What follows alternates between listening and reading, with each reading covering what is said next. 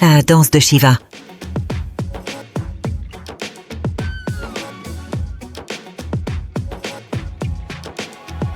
L'univers est en constante agitation. Du plus petit atome aux galaxies les plus lointaines, tout est en mouvement, en transformation, en interaction. Cette réalité, longtemps intuitive pour certaines philosophies anciennes, trouve aujourd'hui un écho surprenant dans les découvertes les plus récentes de la physique moderne.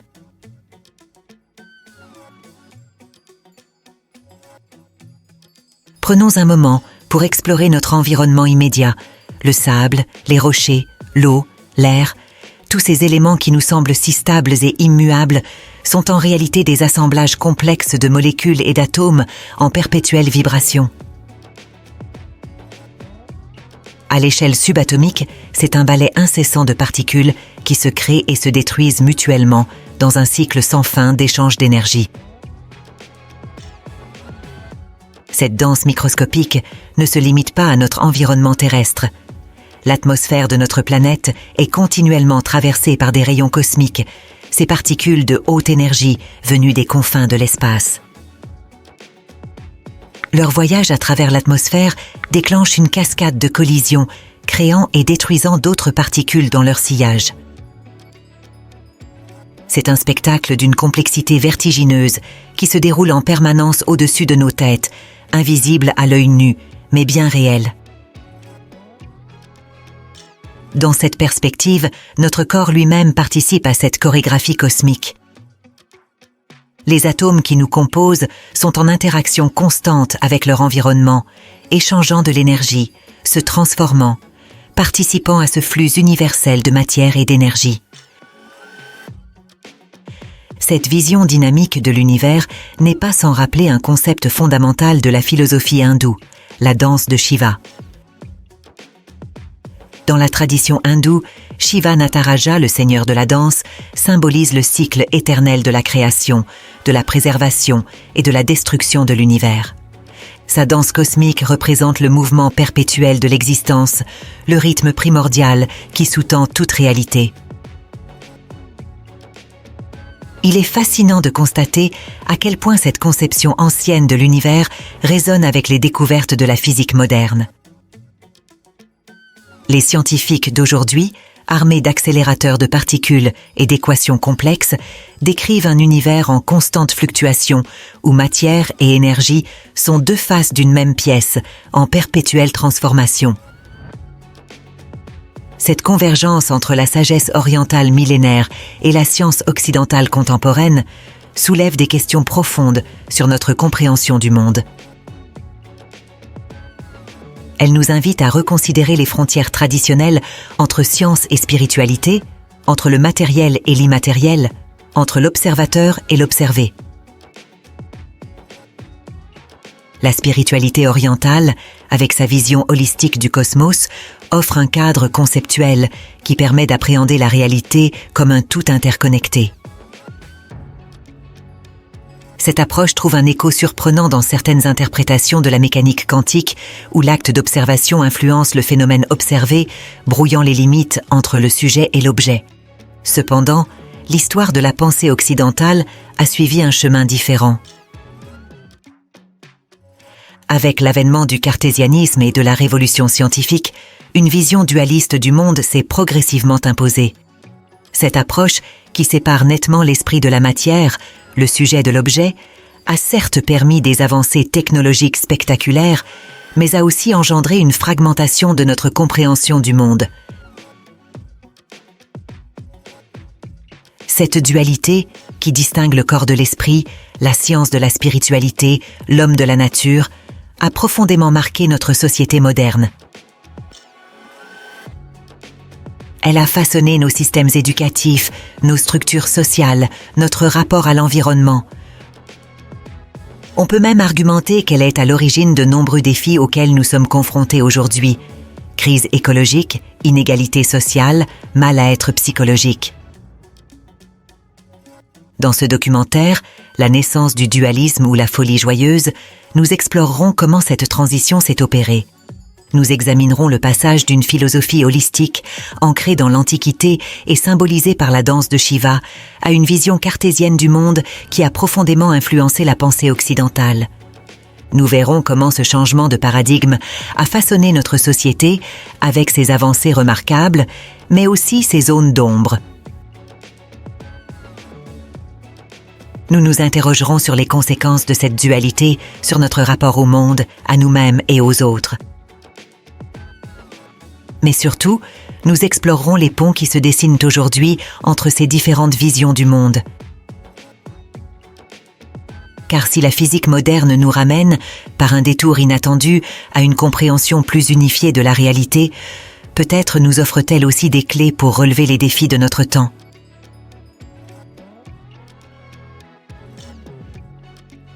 Ce voyage à la frontière de la physique et de la philosophie nous invite à redécouvrir l'unité fondamentale qui se cache derrière la diversité apparente de notre monde. Il nous encourage à repenser notre place dans cet univers en perpétuel mouvement et à retrouver peut-être la sagesse de la danse cosmique.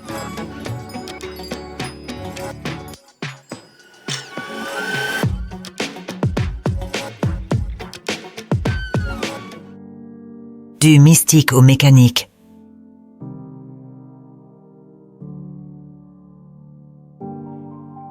La science, et en particulier la physique, a profondément bouleversé notre compréhension de l'univers et de notre place en son sein.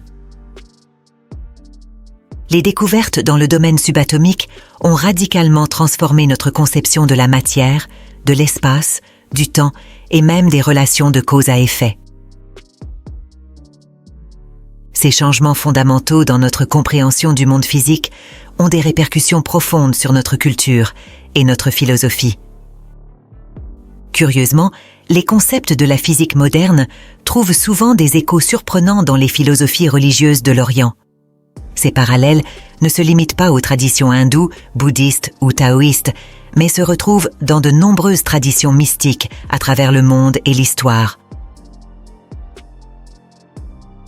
On peut les observer dans les Védas indiens, le Yiking chinois, les sutras bouddhistes, mais aussi dans les aphorismes d'Héraclite, le soufisme d'Ibn Arabi, ou même les enseignements du chaman Yaqui d'Enrouan. La différence majeure entre l'Occident et l'Orient réside dans la place accordée à ces traditions mystiques. Alors qu'elles ont généralement été marginalisées en Occident, elles constituent le courant principal de la pensée philosophique et religieuse en Asie. L'histoire de la science occidentale peut être vue comme un chemin en spirale, partant des philosophies mystiques des présocratiques pour y revenir, d'une certaine manière, avec la physique moderne. Les origines de la physique remontent à la Grèce antique du VIe siècle avant Jésus-Christ, où science, philosophie et religion étaient intimement liées. Les premiers philosophes grecs, comme ceux de l'école de Milet, cherchaient à comprendre la nature essentielle des choses, qu'ils nommaient physis, d'où dérive le terme physique. Héraclite, par exemple, concevait le monde comme un flux perpétuel, symbolisé par le feu, et voyait l'univers comme une interaction dynamique des contraires, unis dans ce qu'il appelait le logos. Cependant, cette vision unifiée commença à se fragmenter avec l'école des Éléates. Parménide, en opposition à Héraclite, introduisit l'idée d'un être immuable et unique. Cette notion d'une substance indestructible devint un concept fondamental de la pensée occidentale.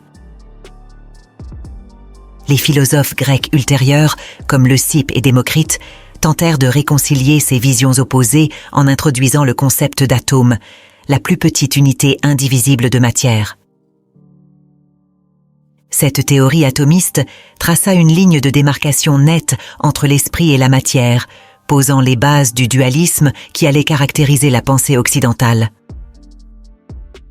Aristote systématisa ses connaissances, créant un modèle de l'univers qui domina la pensée occidentale pendant près de 2 millénaires, renforcé par l'influence de l'Église catholique au Moyen Âge. La Renaissance marqua un renouveau de l'intérêt pour l'étude empirique de la nature. Galilée, en combinant expérience et mathématiques, posa les fondements de la science moderne. Cette évolution s'accompagna d'un durcissement du dualisme esprit-matière, culminant avec la philosophie de Descartes au XVIIe siècle.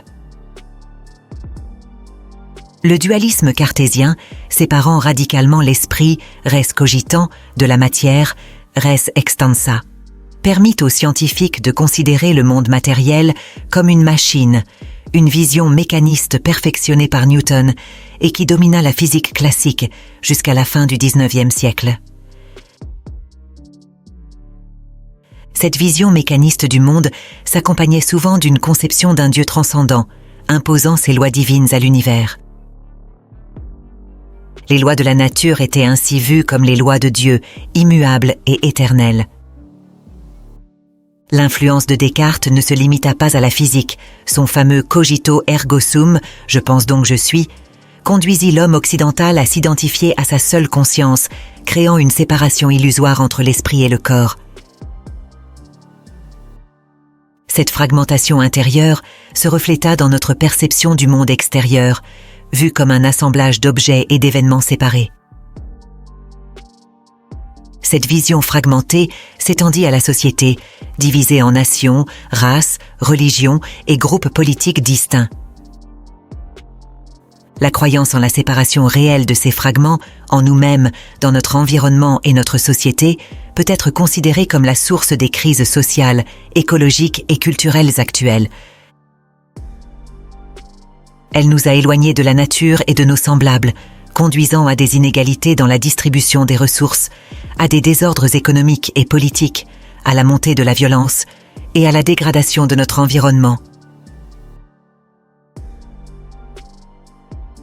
Paradoxalement, c'est la physique moderne, héritière de cette tradition dualiste, qui nous ramène aujourd'hui à une vision plus unifiée du monde, rejoignant ainsi, par un étonnant détour, les intuitions des philosophies mystiques anciennes.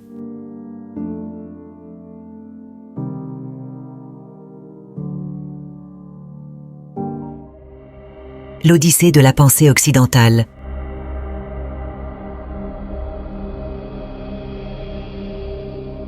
La vision mécaniste du monde, fruit du dualisme cartésien et de la physique newtonienne, a profondément marqué la société occidentale bien au-delà du domaine scientifique. Son influence s'est étendue à l'économie, à la politique et même à notre conception de l'être humain.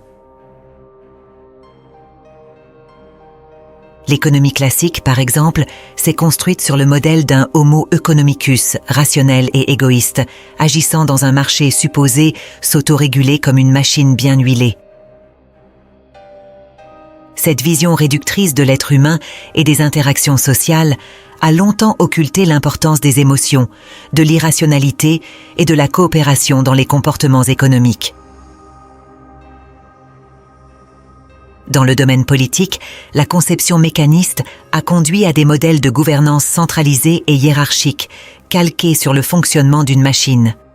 L'État était vu comme un grand mécanisme dont il fallait optimiser les rouages, négligeant souvent la complexité des interactions sociales et la diversité des aspirations humaines. Cette approche a également influencé notre rapport à l'éducation. Le système éducatif s'est généralement modelé sur le fonctionnement d'une usine, avec une standardisation des savoirs et des méthodes d'apprentissage, au détriment de la créativité et de l'épanouissement individuel. Cependant, les limites de cette vision mécaniste sont devenues de plus en plus évidentes au cours du XXe siècle. Les crises écologiques, sociales et économiques ont révélé la complexité et l'interconnexion des systèmes naturels et humains, remettant en question l'efficacité des approches purement mécanistes.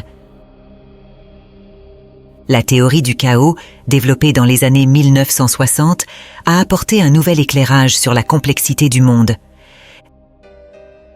Elle a montré comment de petites variations dans les conditions initiales pouvaient conduire à des changements drastiques dans les résultats, remettant en question l'idée de prévisibilité et de contrôle total si chère à la vision mécaniste. Parallèlement, la théorie des systèmes, initiée par Ludwig von Bertalanffy, a proposé une approche plus holistique des phénomènes naturels et sociaux. Elle a mis en lumière l'importance des interactions entre les éléments d'un système, plutôt que de se concentrer uniquement sur ses composants individuels. Ces nouvelles approches ont trouvé un écho dans divers domaines. En écologie, par exemple, l'hypothèse Gaïa de James Lovelock propose de considérer la Terre comme un système autorégulé, où le vivant et le non-vivant interagissent de manière complexe pour maintenir des conditions propices à la vie. Dans le domaine de la santé, l'approche psychosomatique a gagné en reconnaissance, soulignant les liens étroits entre le corps et l'esprit. La médecine intégrative, qui combine les approches conventionnelles et alternatives, témoigne de cette évolution vers une vision plus holistique de la santé. L'émergence de l'intelligence artificielle et des réseaux neuronaux a également contribué à remettre en question notre conception de l'intelligence et de la conscience. Ces technologies, inspirées du fonctionnement du cerveau humain, ont montré que des comportements complexes et apparemment intelligents peuvent émerger de l'interaction de nombreux éléments simples, sans nécessiter un contrôleur central. Dans le domaine social, les réseaux sociaux et les mouvements de masse spontanés ont mis en évidence la puissance de l'auto-organisation et des interactions décentralisées, remettant en question les modèles hiérarchiques traditionnels. Cette évolution de notre compréhension du monde vers des modèles plus complexes et interconnectés rejoint de manière surprenante certaines intuitions des philosophies orientales. Le concept bouddhiste d'interdépendance ou la notion taoïste de l'harmonie entre les opposés trouve des échos dans notre compréhension moderne des systèmes complexes. Cependant, il ne s'agit pas d'un simple retour aux conceptions anciennes. La science moderne, avec sa rigueur méthodologique et sa capacité à tester et à raffiner ses théories, nous offre une compréhension plus profonde et plus nuancée de cette interconnexion. Cette nouvelle vision du monde, à la fois scientifique et holistique, ouvre des perspectives fascinantes pour l'avenir. Elle nous invite à repenser nos modèles économiques, politiques et sociaux pour les rendre plus adaptés à la complexité du monde réel.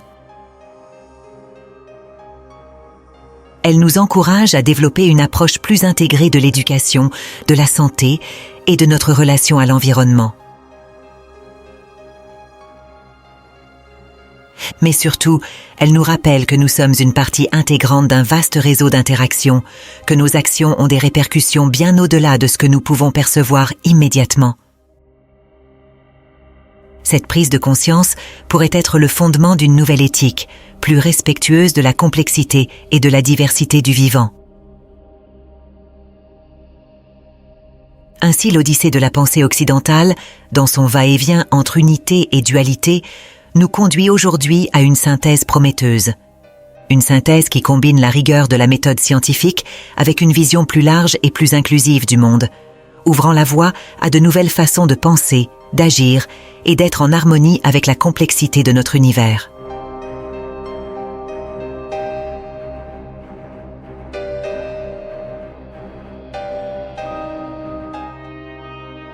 De la fracture à l'harmonie.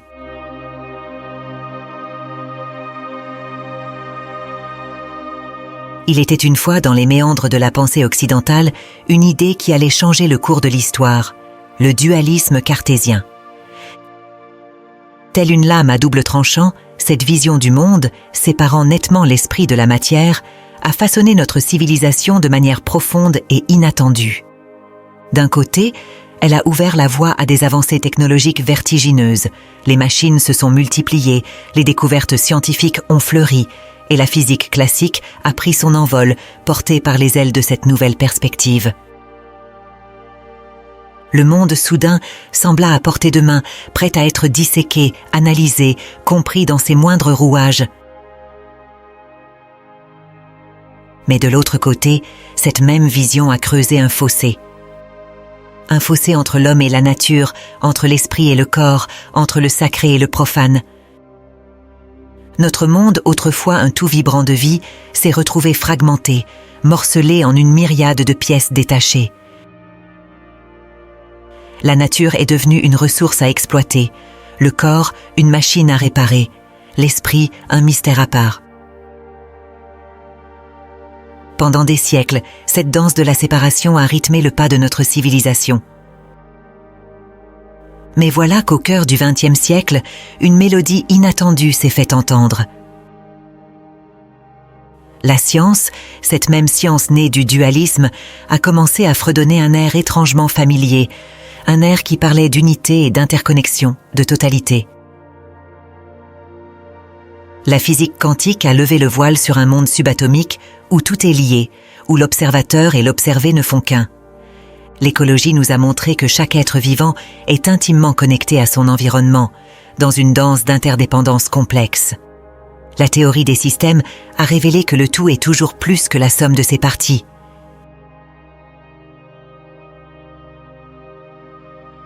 Et soudain, comme un écho lointain, les sagesses anciennes de l'Orient ont résonné à nos oreilles d'une nouvelle manière. Ces philosophies millénaires qui parlaient depuis toujours d'unité fondamentale, de l'illusion de la séparation, de la nature dynamique et fluide de la réalité, ont trouvé un écho inattendu dans les découvertes les plus pointues de notre science moderne. Dans les temples de l'Inde, les moines bouddhistes méditent depuis des siècles sur l'interconnexion de toutes choses, sur cette réalité primordiale qui transcende la multiplicité apparente des phénomènes. Dans les montagnes de Chine, les sages taoïstes contemplent le flux perpétuel du changement, la danse éternelle du yin et du yang. Et voilà que nos physiciens, dans leur laboratoire high-tech, découvrent des vérités étrangement similaires. Ainsi, par un étonnant tour du destin, la roue a tourné. La science, fille du dualisme, nous ramène à une vision du monde qui fait écho aux intuitions les plus profondes des sagesses anciennes. C'est comme si, après un long voyage, nous revenions à notre point de départ, mais avec un regard neuf, enrichi par l'expérience du chemin parcouru.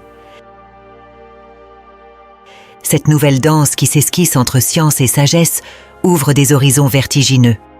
Elle nous invite à repenser notre place dans l'univers, à reconsidérer notre relation à la nature et à nous-mêmes.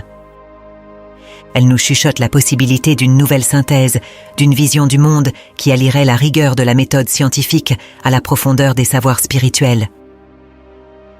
Un monde dans lequel la séparation entre l'humanité et la nature serait reconnue comme une illusion ouvre de nouvelles perspectives.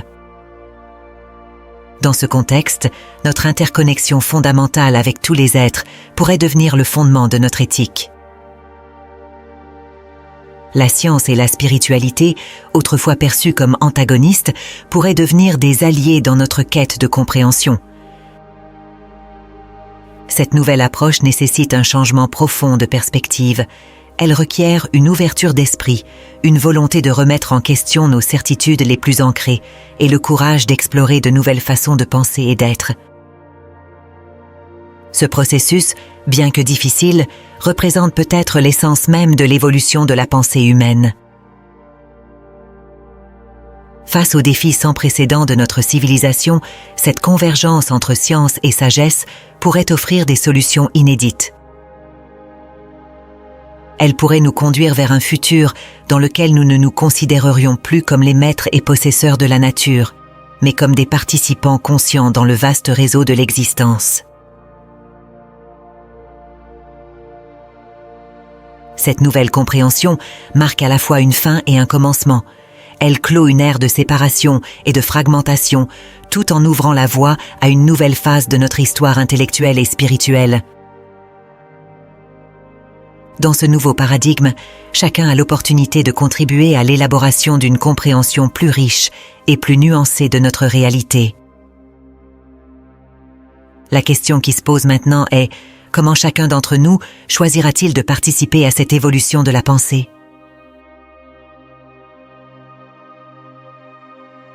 Au terme de ce voyage à travers l'histoire de la pensée, de la philosophie et de la science, nous nous retrouvons à un carrefour fascinant de l'histoire humaine. Notre parcours nous a mené des intuitions mystiques de l'Antiquité au rationalisme cartésien, pour finalement nous ramener à une vision du monde qui, de manière surprenante, fait écho aux sagesses anciennes, tout en s'appuyant sur les découvertes les plus avancées de la science moderne. Le chemin vers cette nouvelle harmonie ne sera pas sans défi. Il exigera de nous une remise en question profonde de nos habitudes de pensée, de nos systèmes de valeurs et de nos modes de vie. Il nécessitera courage, créativité et persévérance. Mais n'est-ce pas là l'essence même de l'aventure humaine? N'avons-nous pas toujours progressé en repoussant les frontières de notre compréhension, en osant imaginer de nouvelles possibilités? Ainsi, la naissance du dualisme ou la folie joyeuse n'est pas seulement le titre de ce documentaire, mais une invitation à embrasser la complexité de notre existence, à reconnaître la folie de notre parcours historique et à trouver la joie dans la redécouverte de notre unité fondamentale avec le cosmos.